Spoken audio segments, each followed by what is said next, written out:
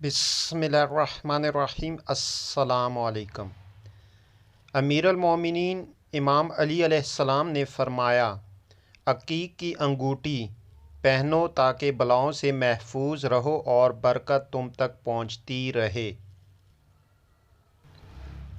रसूल खुदा सल्लल्लाहु अलैहि वसल्लम ने फरमाया, अल्लाह ताला फरमाता है कि मुझे उस बंदे से शर्म आती है जो हाथ में फिरोजा या अकीक की अंगूठी पहनकर दुआ करे और मैं उसकी दुआ कबूल ना करूं।